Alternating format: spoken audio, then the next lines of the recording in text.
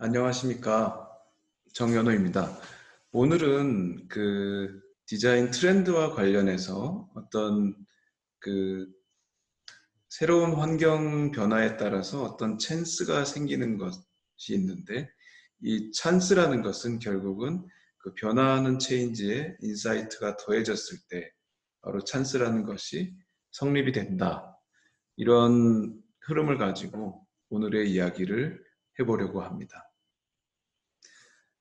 저와 함께 한 40분 정도 되는 시간 동안 어떤 찬스가 어떤 체인지를 바탕으로 인사이트가 더해졌을 때 어떤 우리한테 드러나게 되는 것인지 한번 어, 들여다보기로 합시다. 네, 저는 현재 국립울산과학기술원에서 디자인 및 인간공학부의 부교수로 재직 중입니다. 저는 사실 그 학교에 온 지는 그렇게 오래되지 않았고요. 서울대학교에서 산업디자인을 공부하고 그리고 졸업을 하고 그 운송수단 디자인을 전공을 했기 때문에 GM에서 2년 정도 근무하고 그리고 뭐 벤틀리에서 근무하고 그리고 현대자동차를 거쳐서 학교에 2014년에 임용이 되어서 지금까지 재직을 하고 있습니다.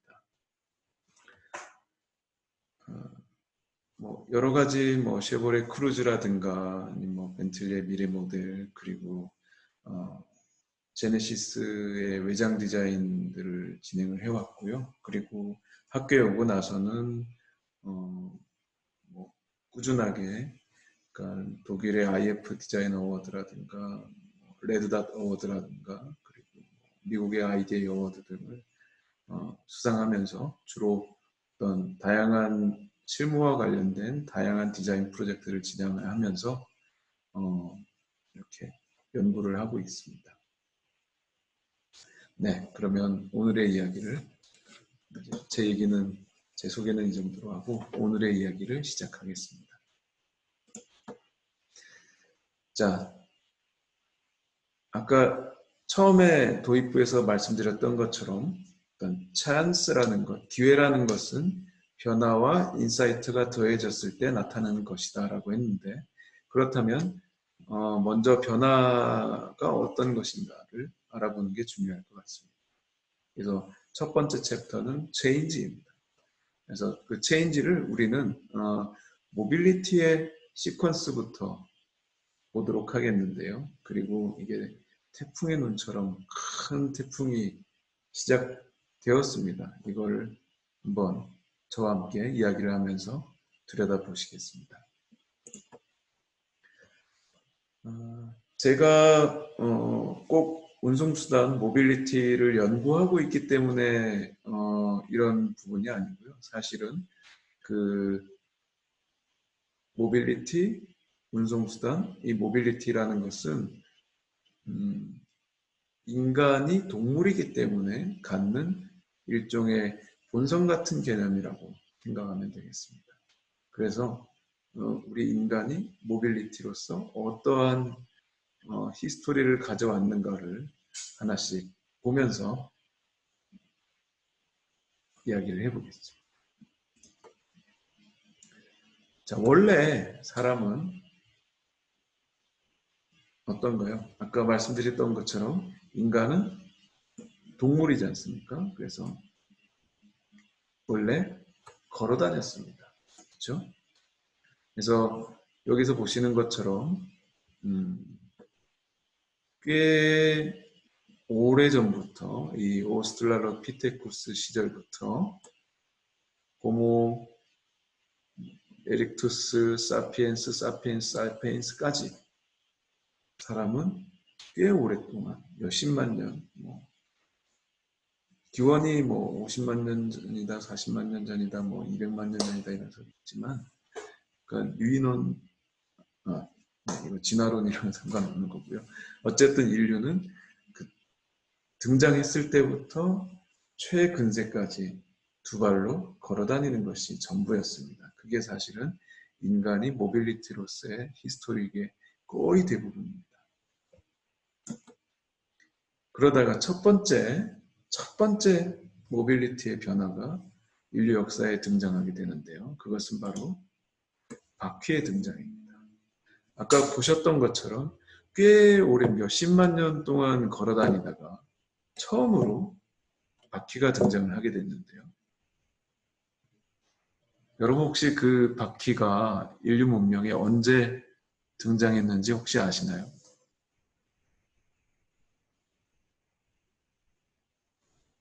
생각보다 오래되지 않았습니다.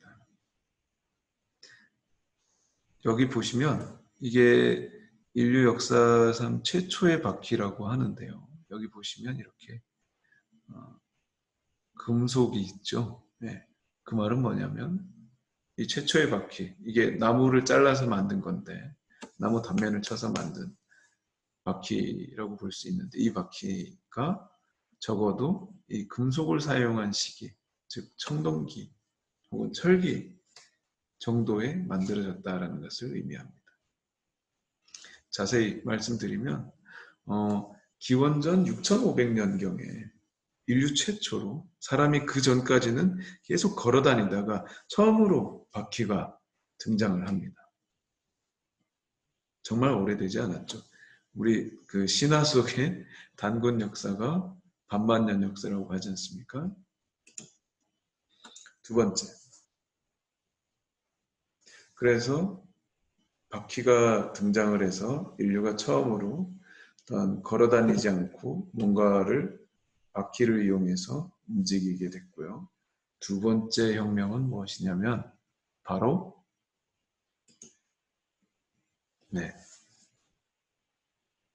말을 이용하는 겁니다. 이게 무슨 말이냐면 인류가 말을 이용해서 이동하게 되는 건데요. 동물의 힘을 이용해서. 사실 이것은 더 얼마 되지 않았습니다. 기원전 2500년밖에 안 됐어요. 기원전 2500년 전에 최초의 전차가 등장합니다. 그리고 그 말을 이용한 모빌리티는 계속해서 쓰였고요. 꽤 최근까지 쓰이고 지금도 쓰이고 있습니다만 그 중세 시대에도 보면 말과 마차들을 이용한 모빌리티의 모습들이 그림이라든가 다양한 역사적 사실 기록 속에 나타나고 있습니다.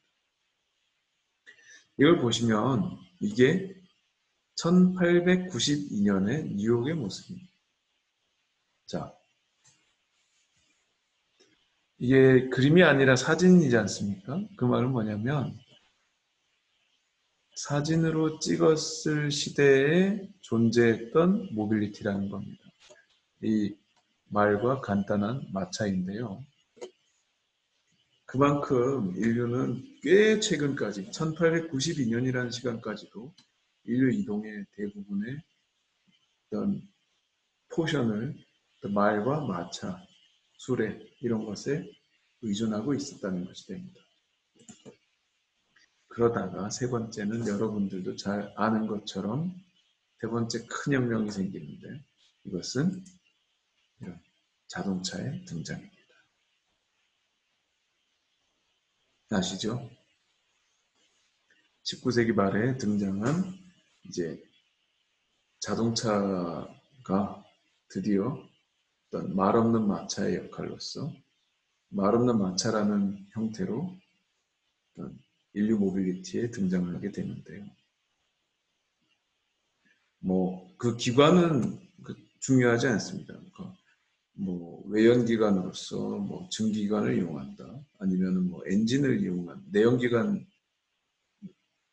이용한다. 아니면 배터리와 모터를 이용한 전기자동차이든 상관없이 어쨌든 말 없는 마차라는 부분이 바로 자동차입니다. 그리고 100여 년의 시간 동안 이렇게 자동차가 어떤 인류 모빌리티의 주요한 포션으로 점차 성장하게 되고 1908년의 모습입니다. 이것만 보시더라도 아직까지는 많이 마차의 형태와 구조를 가지고 있는 것을 볼 수 있죠. 그러다가 네.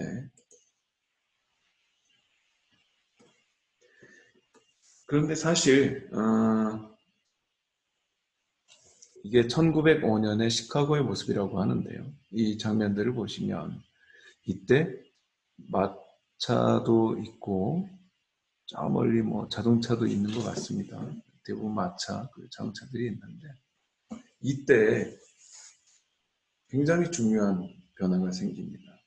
사실 앞서 보셨던 것처럼 자동차가 1885년에 등장했지만 그 인류 중심의 모빌리티로 도약하기에는 아직 많은 문제가 있었어요. 왜냐하면 자동차가 그렇게 빠르지도 않았고 기술적으로 발달되지도 않았기 때문에 고장도 잦고 속도도 매우 느렸습니다.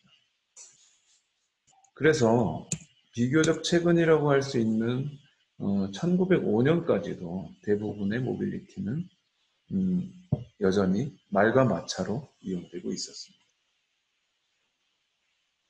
그러다가 큰 변화를 거치면서 자동차가 메인으로 등장하게 되는데 자동차가 말과 마차를 대체하게 되는 가장 큰 변화의 폭은 이런 대도시를 중심으로 일어나는 큰 해프닝이 생깁니다. 그게 뭐냐면요.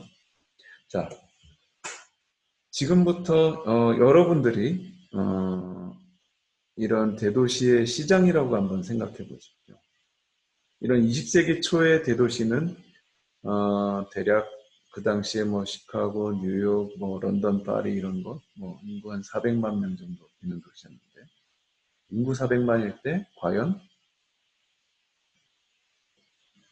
그 도시 안에 얼마만큼의 마차와 말이 다녔을까요? 적어도 20만 대? 마차 20만 대가 다니려면 말은 몇 마리가 필요할까요? 30만 마리? 아니면 40만 마리? 그러면 인구 400만 도시에 30만 마리의 말이 살려면 과연 얼마만큼의 물과 풀이 필요할까요? 왜냐하면 말이 풀과 물을 먹는 생물이지 않습니까? 동물이잖아요. 그래서 말이 하루에 먹는 풀의 양을 아십니까? 말이 하루에 마시는 물의 양이 몇 리터나 되는지 아세요? 이걸 다 헤아리면요, 어마어마한 물류가 사실은 도시에 필요합니다. 400만이 있는 도시에 어떻게 보면 30만, 40만 마리의 말이 먹을 풀과 물이 필요하다면 이거는 어마어마한 양. 그리고 말이 먹기만 하겠습니까? 몇십 킬로의 풀과 몇십 리터의 물을 하루에 먹는데 그러면 말이 얼마만큼의 똥과 오줌을 배출하겠습니까? 그래서 사실 여러분들이 시장이라고 가정했을 때 이런 세계적인 대도시들은 어마어마한 한계에 봉착합니다. 물류도 포화 상태에 이르고 그건 단지 그냥 말과 마차가 움직이는 게 문제가 아니라 움직이게 하기 위한 풀, 물의 공급 그리고 말들이 싸대는 똥과 오줌을 치우는 것만으로도 이게 도시가 마비될 정도였습니다. 사실 중세시대까지 몇천 마리의 말, 뭐 몇만 마리의 말은 괜찮았습니다. 그런데 산업혁명 이후에 대도시가 생기고 이 도시에 말과 마차가 공급되면서 몇십만 대 규모가 되면 이거는 어, 더 이상 이렇게 해결될 수 없는 문제가 됩니다. 그리고 네, 이거 보시면 말이 여러분 말 수명이 몇 년 정도 되는지 아세요? 말이 사실 몇십 년 살거든요. 근데 이 당시에 도시에 들어와서 살았던 말들은 평균 2년, 3년밖에 안 됩니다. 그만큼 어마어마한 스트레스와 노동에 시달렸다는 얘기인데요. 말이 살아갈 수 있는 환경이 굉장히 척박했다는 얘기입니다. 그 죽는 이유는 뭐 힘들어서 돌연사를 할 수도 있고 또 마차끼리의 충돌도 있었고요. 그런 걸로 인해서 이제 말이 빨리 죽어나가고, 또 사용자 입장에서는 어느 날 마차를 타고 출근하다가 말이 갑자기 죽어버리는 경우, 그러면 이 말을 빨리 교체해야 되거든요. 그럴 때 사실 등장하기 시작한 것이 얼마씩 내고 있으면 긴급 출동해서 말을 바꿔줄게, 뭐 이런 식의 어떤, 어떻게 보면 요즘 그 자동차 보험의 시족격인 그런 서비스들이 처음 생겨나게 됩니다.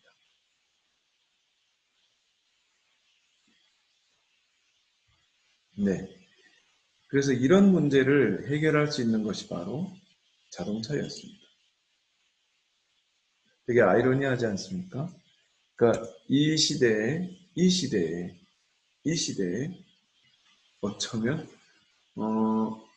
말과 마차는 굉장히 골칫거리였던 운송수단이었고, 자동차가 거꾸로 어떤 이 모든 오염 문제를 해결해 줄 수 있는 가장 친환경적인 최신 기술의 어떤 모빌리티였다는 점이 사실은 이런 대도시들로 하여금 빨리 말과 마차에서 자동차로 바꾸게 되는, 그렇게 함으로써 자동차에 대한 수요와 공급이 기하급수적으로 늘게 되는 그런 계기가 됩니다. 왜냐하면 자동차는 그냥 휘발유 몇 리터만 넣어주면 하루 종일 똘똘거리고 다니거든요.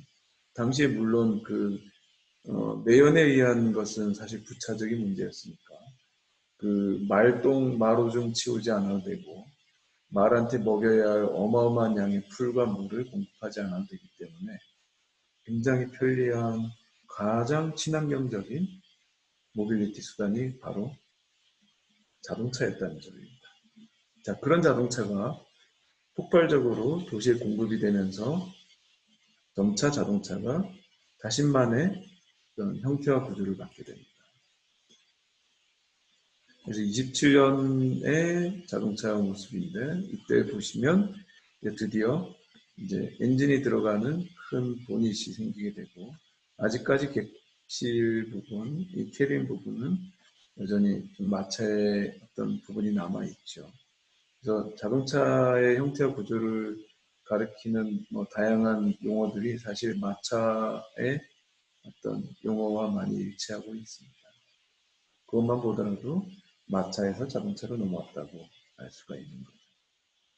이런 자동차가 드디어 이제 50년대, 60년대 넘어가면서 이제 마차의 모습을 완전히 탈피하고 자동차 고유의 구조와 형태를 갖게 됩니다. 그래서 이런 스포츠카들을 보면 더 이상 마차의 어떤 흔적이라든가 형태와 구조는 더 이상 찾을 수 없죠.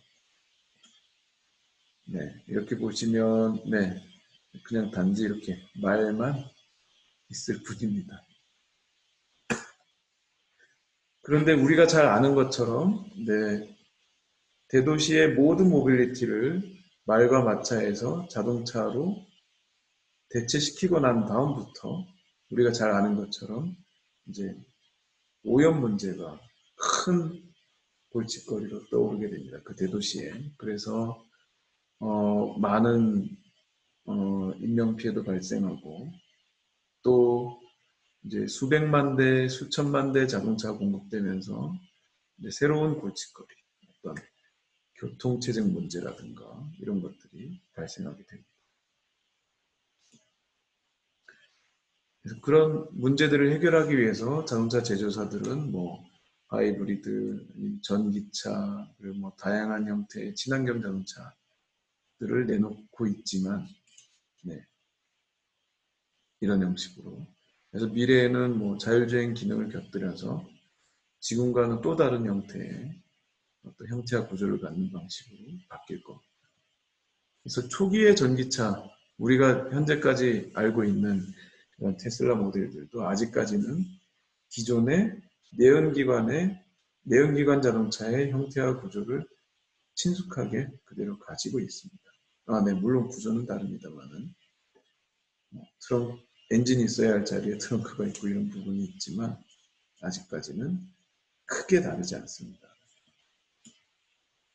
그러다 미래에 가면 뭐 인일 모터를 쓴다거나 이런 방식으로 이제 전기 자동차도 기존의 내연기관 자동차가 말과 마차에서 마차의 형태에서 탈피해서 고유의 형태와 구조를 갖추었듯이 전기 자동차도 앞으로 자신만의 고유의 형태와 구조를 갖추게 될 겁니다. 마지막으로 네 번째 변화는 잠깐 언급한 것처럼 바로 자율주행에 관한 부분입니다. 이것은 모빌리티의 네 번째에 해당하는 가장 큰 혁명이라고 볼 수가 있는데요. 드디어 인간이 운전해서 해당된다는 개념이거든요. 이걸 그 역사 타임라인을 놓고 한번 보도록 하겠습니다.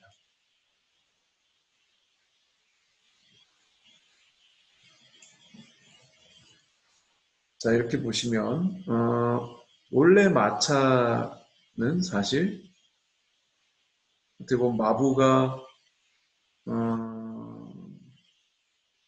사용자가 아니라고 했을 때요. 어떻게 보면 마차는 일종의 자율주행 모빌리티였다고 볼 수 있습니다. 이때는 서로 마주보고 앉아 있었어요. 그러다가 기술의 발달과 자동차의 등장과 함께 이런 탑승객이 앉는 사용자가 앉게 되는 이 레이아웃이 마주보고 앉았던 레이아웃에서 점차 앞을 보고 앉는 레이아웃, 2열 레이아웃으로 바뀌게 됩니다. 그 주된 이유는 아이러니하게 기술의 발전이 운전자의 종속을 만들어냅니다. 그래서 앞을 보고 운전해야 하기 때문에 결과적으로 4명의 사람이 탑승객이 마주보는 것이 아니라 1열, 2열 둘 다 모두 앞을 보고 앉는 방식으로 변화하게 됐습니다. 이것이 100년 정도 지속이 됐고 현재까지 이르게 되었는데요. 자, 60년대 이렇게 형태는 계속 변화하고 마차 형태에서 변화해 이제 완전히 벗어나서 자동차 고유의 형태로 변화했지만 still they have the same 그러니까 똑같은 포지션으로 앞을 보고 앉는 형태로 바뀌었습니다. 남아 있습니다. 70년대, 80년대, 90년대, 2000년대까지 스포츠카건 SUV건 온갖 장르가 나왔지만 새로운 파생 모델도 나오고 차종들이 장르가 나왔지만 똑같이 앞을 보고 앉아 있습니다. 그러다가 이제 아까 말씀드렸던 네 번째 혁명 자율주행차가 등장하면서부터는 완전히 다른 레이아웃으로 바뀌게 될 것입니다. 그것이 어떻게 될 것인가요? 자, 이건 넘겨놓고 자 이제 두 번째 이슈를 보면은요. 어떤 전기자동차, 자율주행차가 이제 지금의 이슈인데 이것이 어떻게 보면 데자뷰 125년이라는 부제가 있습니다. 이게 뭐냐면 125년 전과 똑같은 변화가 있습니다. 그건 바로 그 생산자의 변화라고 할 수 있는데요. 지금으로부터 125년 전, 그러니까 1895년 시대입니다.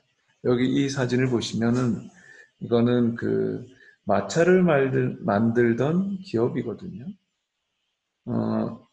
앞서 보셨겠지만 그런 대도시에 어마어마한 양의 마차들이 돌아다녔기 때문에 그 많은 마차를 어디서 만들었겠습니까? 똑같이 마차를 만드는 대기업 마차 회사들이 있었어요. 그 마차들을 누군가는 만들었었고 그 마차를 만드는 기업들이 이런 코치빌더들이었습니다. 그런데 재미있는 것은 여러분들이 아시는 것처럼 초기의 자동차는 그저 말 없는 마차의 형태였지 않습니까? 따라서 말만 없다 뿐이지 이 마차 회사들이 똑같이 자동차를 만들어도 전혀 문제될 것이 없었습니다. 왜냐하면 이 당시에 마차들도 똑같이 캐빈이 있고 좌석이 있고 똑같은 길을 다녔기 때문에 이렇게 서스펜션이라는 게 똑같이 필요했거든요. 그냥 단순히 말만 없으면 그리고 엔진만 얹으면 되는 것이라고 컨버팅하면 되는 것이라고 개념이 받아들여졌기 때문에 많은 마차 회사들이 그대로 자동차 회사로 바뀌었을 것 같죠. 네, 한번 보십시오.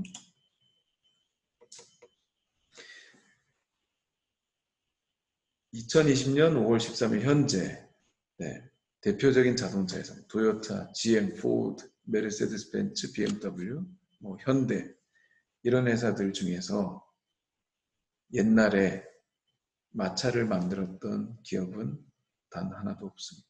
있습니까? 없습니다. 이 회사들은 전부 다 다른 일들을 하던 회사예요. 마차와 전혀 상관없는 기업들이었습니다. 도요타는 방직 쪽 기계 일을 했었고, 그리고 GM은 뭐 아시는 것처럼 처음부터 자동차를 만들었고요.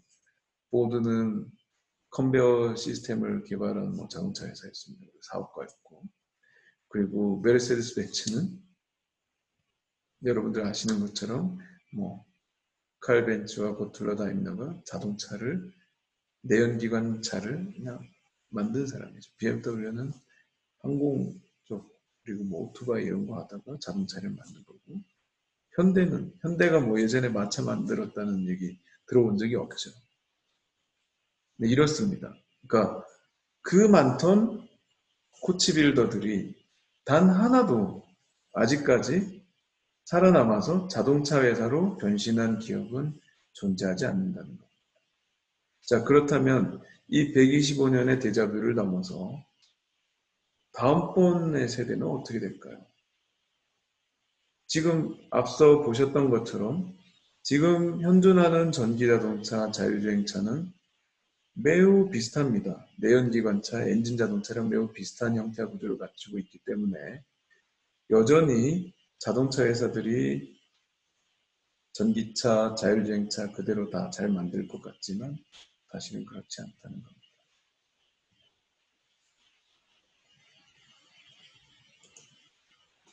10년 후에 오늘 과연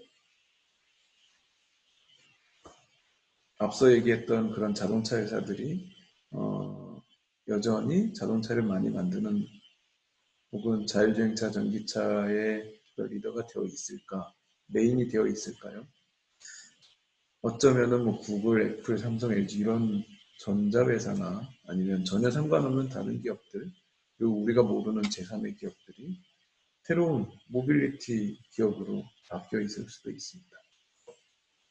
그것이 바로 어떤 변화의 폭을 뛰어넘는 혁신이 일어났을 때 생겨나는 큰 체인지입니다. 그래서 새로운 회사들이 나타나는 것입니다. 그래서 어떤 테슬라를 한 예를 들어보면요. 테슬라가 기가팩토리라는 걸 만들어서 지금 생산을 하고 있는데, 현대차의 어떤 공장보다 10배나 더 큰 규모임에도 10배나 더 작은 인원으로 어떤 원료가 들어가서 최종 자동차라는 완성품으로 나오는 이런 공장을 만들었습니다. 그래서 어마어마한 양의 얘기라고 해서 어떤 기가 프로덕션이라는 네이밍을 붙이고 있는데요. 공장을 어떤 하나의 기계로 보는 설계를 적용했다고 합니다. 그래서 어떤 공장을 사람이 들어가서 뭔가를 만드는 어떤 작업장이라는 개념이 아니라 이런 부분의 혁신들이 기가팩토리라는 어떤 아웃풋이 완벽하게 달라지는 혹은 효율이 완벽하게 달라지는 이런 공정으로 만들어준다고 합니다. 네, 그런 내용들이고요. 그래서 우리가 더 유심히 봐야 될 부분은 우리가 운전에서 자유로워진다는 점. 이것이 어떤 것일까? 그냥 단순히 운전대 손 안 대도 되네? 신기하네. 이걸로 끝날 부분이 아니라는 거죠. 테슬라의 오토파일럿 이런 기능들이 가져다 주는 가장 큰 메리트는 그냥 손 떼고 운전하네, 신기하네 이것이 아니라 이제 사람이 운전하는 동안 무엇을 할까라는 거예요. 즉 사용자한테 어떤 3차원 공간으로부터의 탈출을 의미합니다. 어떻게 보면 과거의 어떤 마차 시대에 탑승자들이 마부가 운전을 한 거잖아요. 탑승자들이 뭘 하든 상관없었듯 그것은 이동하는 동안 사용자가 어떤 일도 계속 할 수 있는 겁니다. 그러니까 즉 시공간으로부터 해결시켜주는 어떤 키가 되는 것이 곧바로 말씀드렸던 자율주행이라는 네 번째 큰 혁명입니다. 자, 그러면 말씀드렸던 것처럼 찬스는 이런 체인지를 바탕으로 어떤 인사이트가 가미됐을 때 드러나는 것인데, 그럼 간단하게 제가 인사이트에 관한 T3에 관한 강의는 지난번에 했습니다. 그래서 그 강의를 참조해 보시면 될 것 같고요. 간단하게 말씀드리면 T3라는 것, 어떤 tomorrow, 트렌드, 테크놀로지와 관련한 어떤 전반적인 인사이트에 관한 이야기입니다. 우리가 디자인을 위해서 가져야 할 인사이트는 어떤 디자인이란 항상 내일의 것을 한다. 11년에 이렇게 했고 14년에 나오고 2005년에 만들어서 이런 과정을 거쳐서 2008년에 나오게 되는 트렌드라는 것은 어떤 전혀 다른 두 브랜드가 유사한 어떤 흐름을 가지고 있는 것, 이런 유사한 흐름을 가지고 있는 것, 이런 유사한 흐름을 가지고 있는 것이 트렌드입니다. 이렇게 보시면 아이덴티티, 사브라나 아이덴티티보다 2000년대에 차라는 이런 트렌드가 훨씬 더 강한 팩터라는 것을 여러분들이 직접 보시죠. 이 사브가 옛날 사브보다 이 사브가 동시대의 포드랑 더 닮아 있다는 것은 즉 트렌드가 얼마만큼 더 중요한 것인가를 설명하고 있습니다.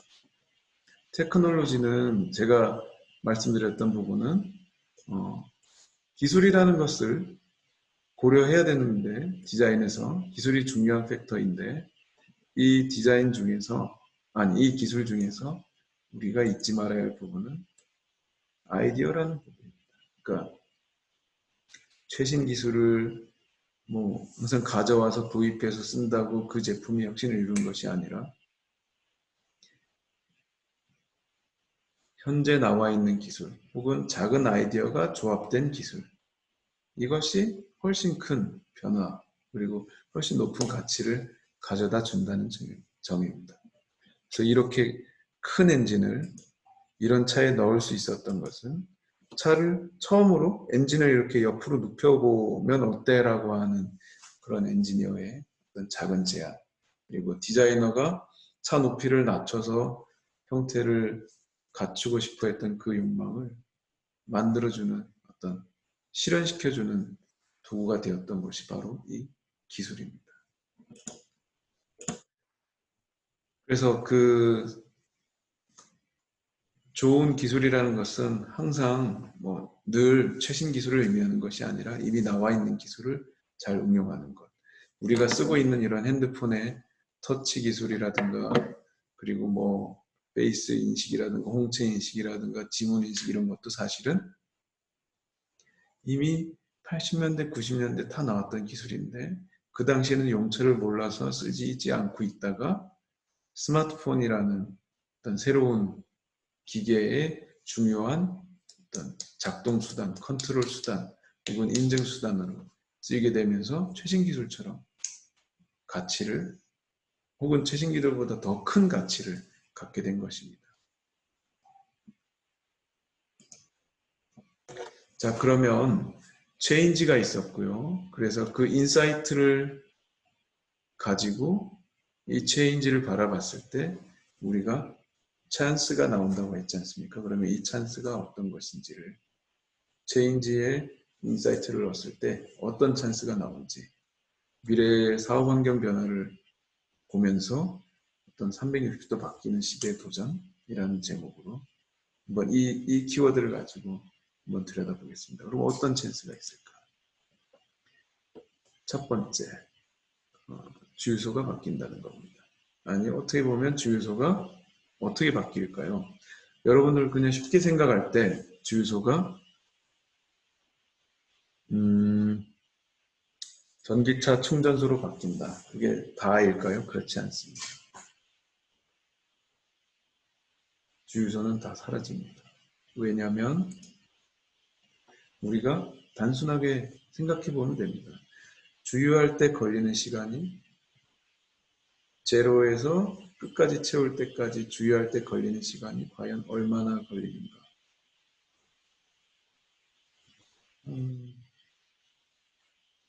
2분, 3분이면은 다 차지 않습니까? 그러면 전기는 어떤가요? 제로에서 완충할 때까지 아무리 급속 충전을 해도 지금은 30분 정도 걸립니다. 그렇다면 여러분이 주유소의 주인, 주유소 사장님 아니면은 전기차 충전소의 사장님이라고 했을 때 이게 바뀌어서 사업이 될까요?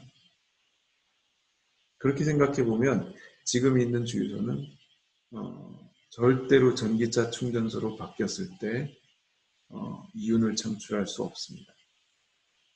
그 높은 토지 비용이라든가 기회 비용을 뭐 차 한 대 들어와서 예를 들어서 3분 만에 뭐 8만 원, 9만 원, 10만 원씩의 매출을 올리다가 차 한 대 들어와서 30분 서 있고 8천 원 가져가면 8천 원 매출이 일어나는데 누가 그걸 감당할 수 있을까요? 그건 불가능합니다.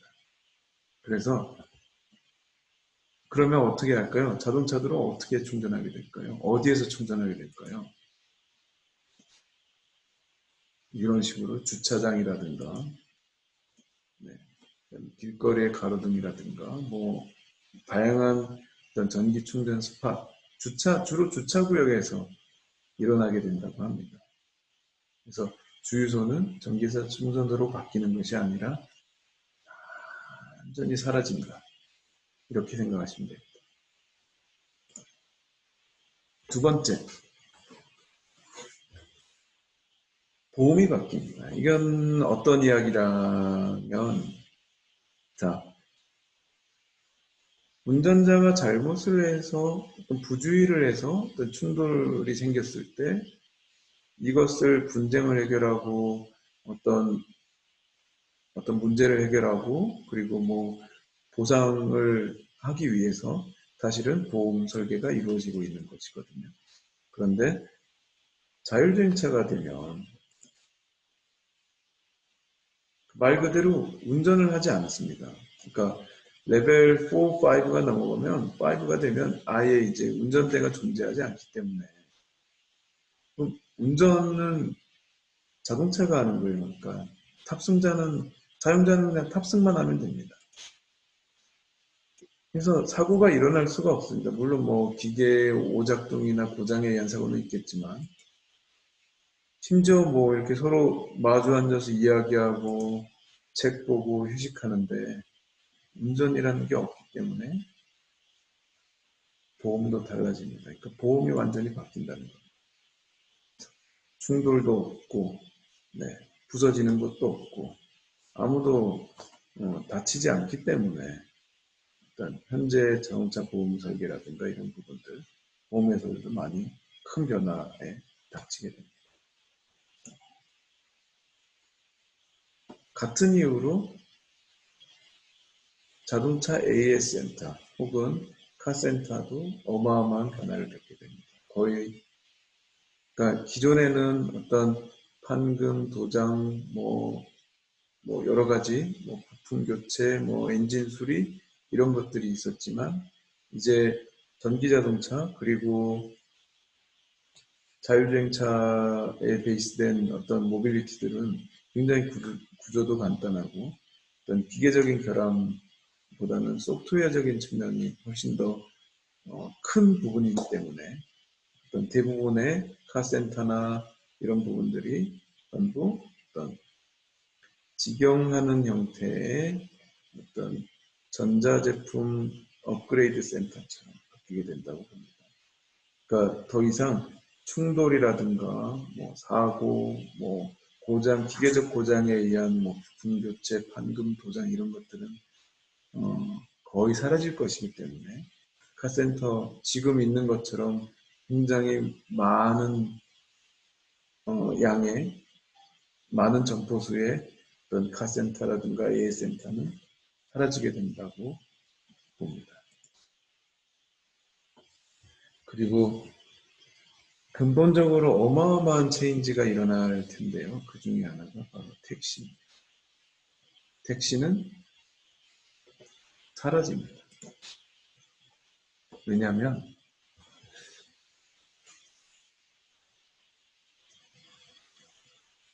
우리가 이제 자율주행차가 등장하게 되면 내가 필요할 때 내 차를 부릅니다. 그래서 그럼 내가 필요하지 않을 때 내 차를 그냥 주차시킬까요? 그러지 않습니다. 출근할 때 나를 태우고 간 차가 나를 내려놓고 돌아가서 내 가족을 아이들을 등교시킨다거나 또 다른 심부름을 해온다거나 심지어 전기 충전이 필요한 거 충전하러 보낸다거나 세차하러 보낼 수도 있습니다. 같은 이유로 내가 사용하지 않을 때 내 차는 나가서 택시 짓을 해서 돈을 벌어옵니다. 되게 재밌죠. 그래서 그렇다고 아무나 태울 수도 없고 그 한정할 수도 있습니다. 내 페이스북 친구들한테 인스타 친구들한테 내 차를 줘서 이용하게 한다거나 그런 식의 어떤 옵션을 가진 공유 차량으로 변환해서 사용할 수 있는 시대가 됩니다. 그래서 그런 이유로 본다면 이런 상상도 가능하다고 봅니다. LG U 플러스를 이용해서 60개월 컨트랙트를 한다면은 하루에 4시간 동안만 LG U 플러스에 내 차를 보내주면 차를 살 수 있게 한다거나 저렴한 요금으로 이 차를 사용할 수 있게 한다거나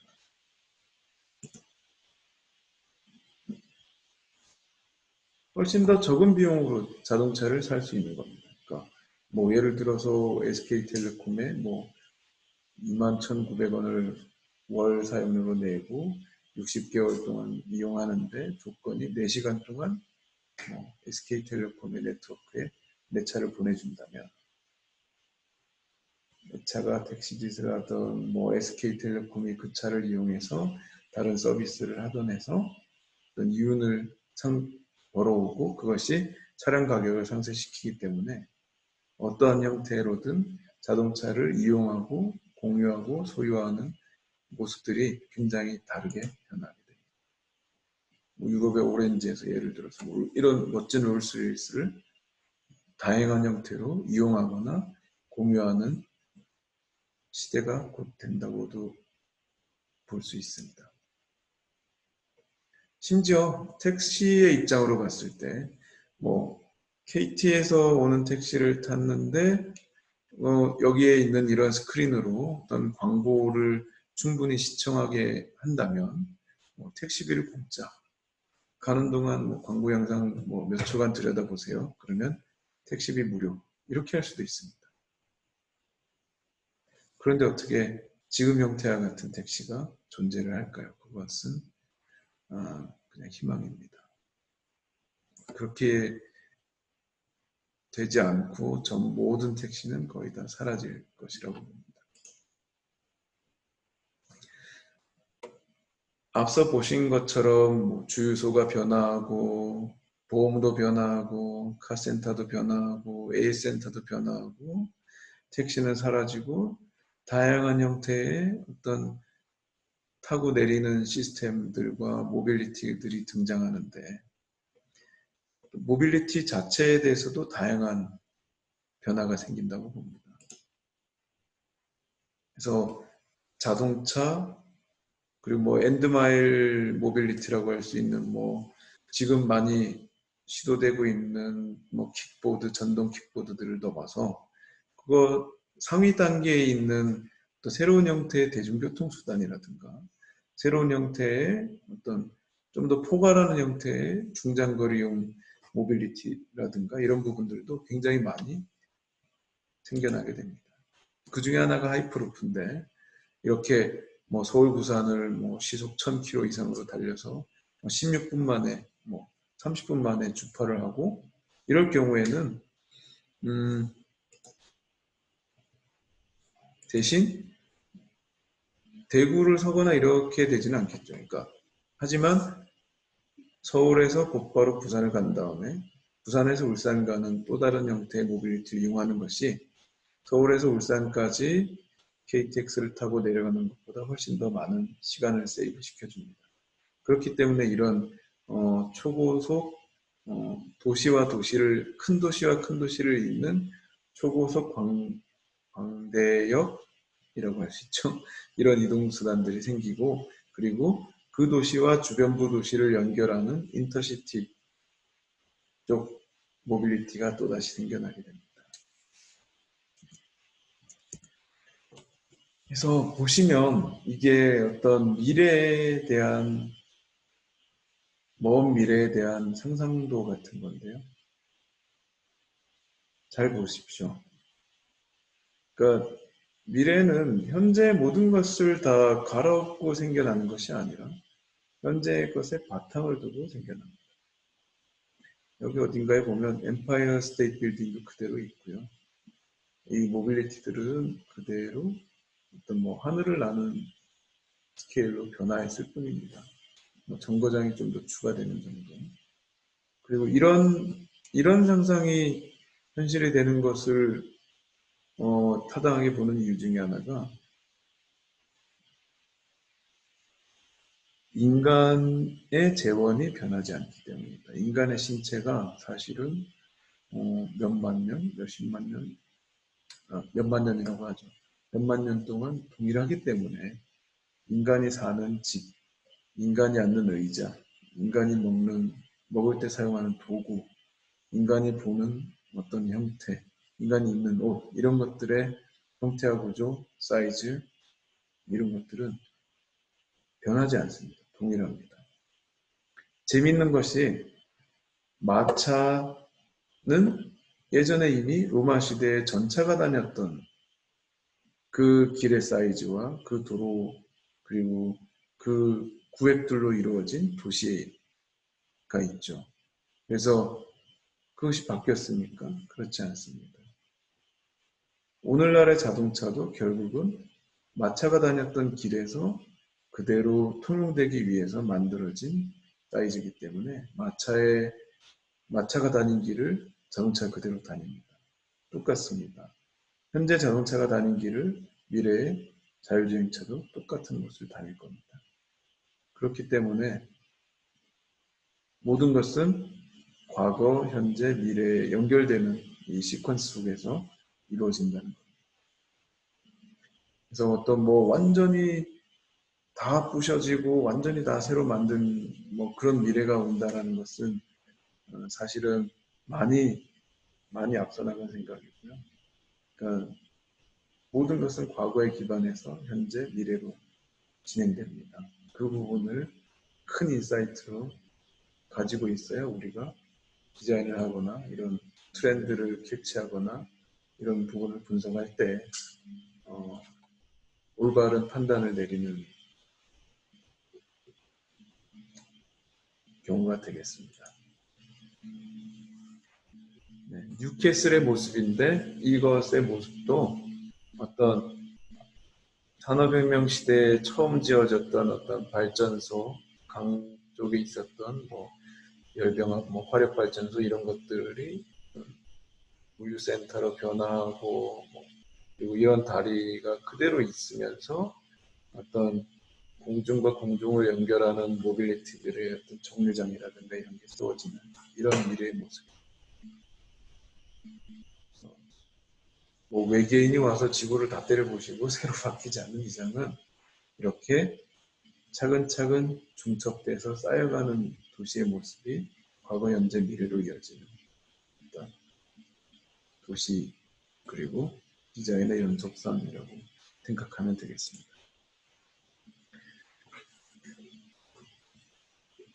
어떻습니까? 다양한 어떤 체인지라는 현상을 보고 그리고 그 인사이트를 더해서 우리가 갖는 찬스에 대해서 많은 시간 동안 이야기를 해봤는데요.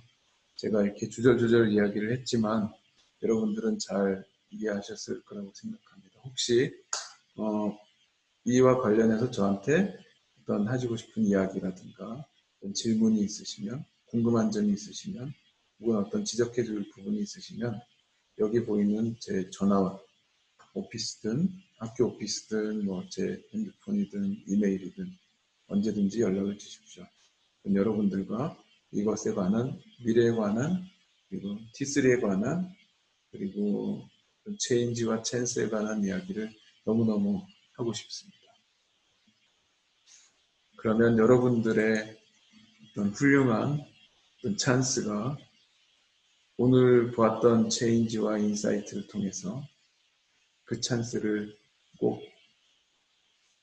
겟하시기를 바라면서 오늘의 이야기를 마치도록 하겠습니다.